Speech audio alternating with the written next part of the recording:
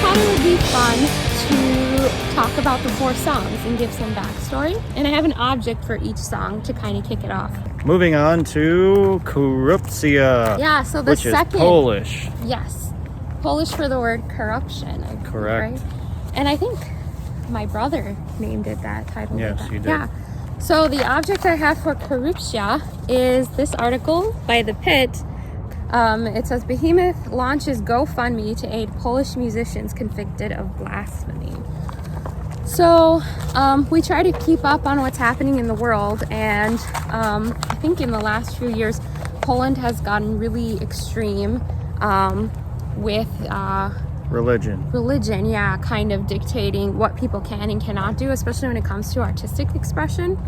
They basically can't do anything to defame religion at all. Like Sinead O'Connor would have been put in prison and not released ever.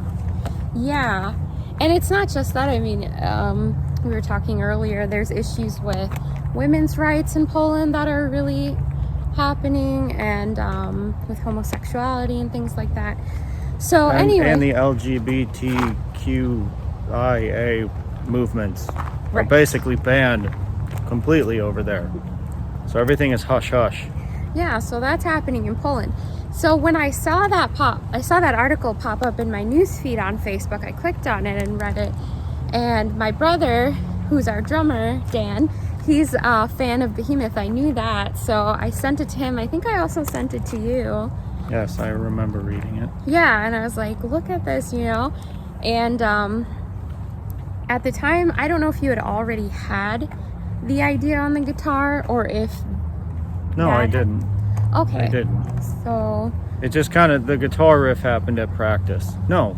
Yes, it did. It happened at practice. And I sent it to everyone, and Dan wrote something to Melanie a few days later, and it turned out to be Korupcja. And it was a collaboration effort between him and I on the words. Mm-hmm. And then, as some of you have seen, the 12 or the double neck guitar at Rock Garden Studio, that was fun. But yeah, thanks to Mark for letting us use that. Yeah, What's it called? A rich bitch? A rich bitch. Yeah. A BC rich bitch. It's not a real one, as he says, but it's real enough for me. But yeah, that was a really tough song to write because of the breakdowns that we had. So yeah, that's probably one of my favorites on the album.